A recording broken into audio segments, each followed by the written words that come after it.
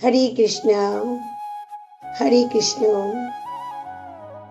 আমরা এখন বিভূতি যুগের ২৭ নম্বর শ্লোকের মধ্য দিয়ে জানব ভগবান আমাদের কি জানিয়েছিলেন।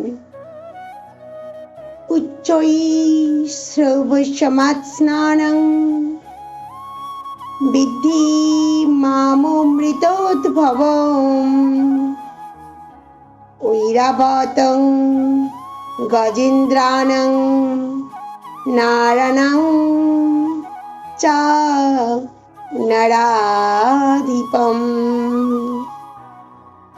অর্থাৎ অশ্বধের মধ্যে আমাকে সমুদ্র মন্থনের সময় উদ্ধৃত উচ্চ শ্রবা বলে জানবে।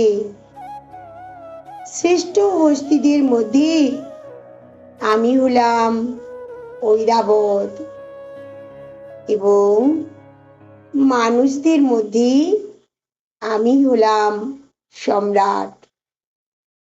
অর্থাৎ আমাদের ভগবান হলেন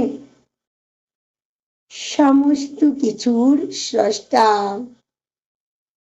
যিনি অমৃতের মধ্য থেকেও জীব উৎপন্নকে করতে পারেন।